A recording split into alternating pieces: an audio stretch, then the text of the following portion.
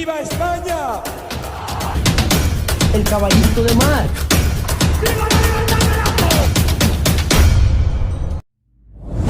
Agustín, no todas las grandes mentes actuales están o se sintieron cómodas con la idea de que exista una inteligencia artificial que esté por encima de la humana. Recuerdo que Stephen Hawking veía con recelo este tema, no era de su agrado, pero tú tienes gente como Elon Musk que no necesariamente ve eso como una preocupación.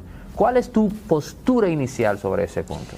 Mi postura inicial es negativa respecto al tema. O sea, ¿no lo ves como algo positivo? No, no lo veo como algo positivo porque entiendo que estamos conduciéndonos al fin del humano.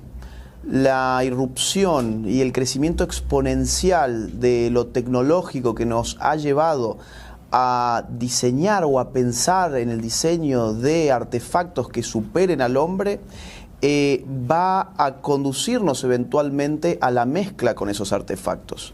Es decir, no solamente por el control que la inteligencia artificial puede ejercer eventualmente sobre nosotros, sino por la mezcla que determinados sujetos puedan empezar a experimentar con estos aparatos superiores, generando evidentemente una nueva estratificación social donde tendremos a personas que ya no son superiores a otras en términos económicos, por ejemplo, como en un sistema de clases, o no en términos de estatus, por ejemplo, como en un sistema de estamentos, sino que estamos hablando de un sistema de estratificación social donde habrá individuos superiores cognitivamente hablando, en sus capacidades operativas, en su voluntad, en su razón, en su almacenamiento personal. Entonces, esto que está, digamos, mezclándose con el paradigma transhumano, creo que nos puede llevar a un mundo distópico en el cual yo no quisiera vivir. Un dato, hay un autor, Jacques Peretti, que plantea que eso que tú describes, el tema de que hay ya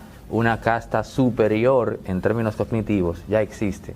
Y él se refiere a que supuestamente en Silicon Valley hay toda una religión con el tema de digamos, estos suplementos cognitivos, los nootrópicos, que son básicamente para potencializar eso que tú dices. Y él plantea que él tuvo acceso a ese tipo como de elementos, de gente que vive y realmente dice que ahí es algo palpable. O sea, el ser humano que está trabajando, que está laborando bajo los efectos de los nootrópicos, ciertamente son superiores. Y estamos viviendo épocas de psicopoder. La filosofía Defíneme eso, psicopoder. La filosofía política, la segunda mitad del siglo XX, sobre todo a partir de los 70, de la mano de Michel Foucault, que es uno de los más celebrados actualmente, de los filósofos contemporáneos más celebrados, se dedicó a hablar del biopoder, ¿sí? Hemos tenido un montón de desarrollos sobre la biopolítica, el biopoder. Tuvimos a Agamben, Espósito, Foucault, Judith Butler también va a hablar en el género en disputas sobre la biopolítica. La idea de fondo era que el poder actúa sobre el cuerpo, que el poder disciplina al cuerpo en sus movimientos. Pero una pregunta, cuando ellos sería bueno para la gente, sí, cuando ellos hablan de poder, específicamente, ¿a qué se están refiriendo? Están refiriéndose a la capacidad de controlar la voluntad de otra persona.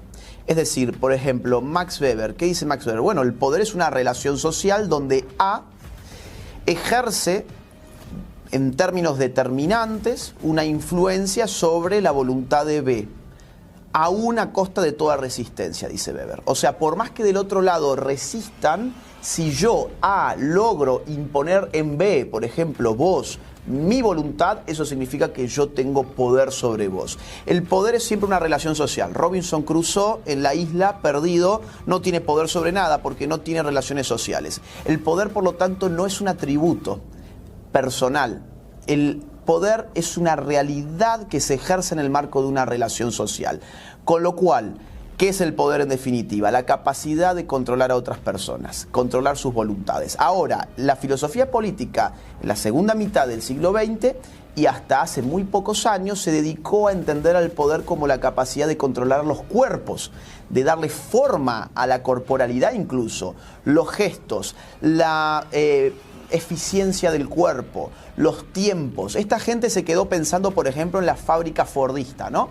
La fábrica fordista, ¿cómo funcionaba? Bueno, con un gerente que está mirando allí cómo sus obreros están haciendo sus movimientos de forma automática sobre una cinta de trabajo. El taylorismo tiene algo mucho que ver con eso, entonces. Totalmente también. Es decir, para esta gente el biopoder, la biopolítica es algo relativamente moderno. Es cuando el sistema encuentra que al cuerpo, más que despedazarlo, por ejemplo en un suplicio, hay que disciplinarlo para que sea productivo. Entonces el cuerpo tiene que hacer... Entonces tenemos ahí, diría yo, una humanización del poder, porque si ya pasan de un criterio en el cual hay que, como dices, despedazarlo a disciplinarlo, pues yo creo que vamos en coche. Foucault diría la humanización es el costado ideológico de esa productividad del poder. Es decir, sí, lo vamos a justificar como una humanización, pero en el fondo no está respondiendo a que realmente seamos más humanos, sino a que necesitamos cuerpos más productivos, cuerpos que se disciplinen en términos de espacios, tiempos, gestos,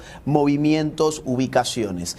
Pero eso ya ha quedado viejo, porque, digamos, hoy no estamos sujetos tanto a la biopolítica entendida como el disciplinamiento de los cuerpos en un sentido colectivo, agregado, sino que estamos en tiempos donde es posible controlar la mente.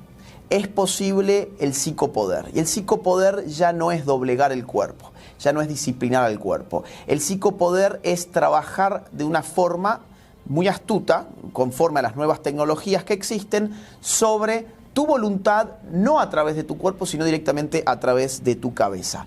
Te voy a poner algunos ejemplos. A ver, la Unión Europea ya desde hace algunos años está financiando, por ejemplo, proyectos de inteligencia artificial para detectar de manera automática los sentimientos de las personas. Están, por ejemplo, financiando a una empresa que se llama Real Eyes, ¿sí?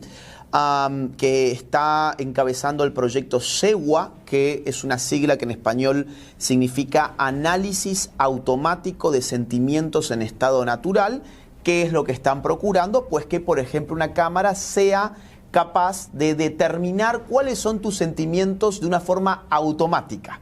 Al mismo tiempo que vos los estás sintiendo, la cámara lo siente con vos de alguna manera. ¿Y eso de qué sirve? Pues si yo conozco tu estado de ánimo, yo puedo hacer muchas cosas sobre vos. Yo puedo saber, por ejemplo, vamos a pensarlo económicamente, yo puedo saber qué venderte, porque conozco tu estado de ánimo. Puedo anticiparme a tus necesidades de corto plazo, porque conozco hoy tu estado de ánimo. Pero en términos políticos, ¿qué puedo hacer? Bueno, yo puedo manipularte políticamente si yo conozco tu estado de ánimo. Puedo fogonear desde una revolución hasta puedo fogonear, por ejemplo, una pandemia. Yo no estoy diciendo con esto, por ejemplo, que la pandemia ha sido fogoneada en estos términos. Te digo que lo que estamos viviendo ahora, que tiene consecuencias psicopolíticas enormes, porque todos nos hemos desplazado hacia el dominio de lo virtual, y en lo virtual toda comunicación es un registro, pues entonces, digamos, el contexto actual está posibilitando un crecimiento sin precedentes de lo que hemos llamado acá el psicopoder. Si este video te ha interesado, te ha servido, te ha gustado, te invito a que lo difundas. Y gracias por escucharme.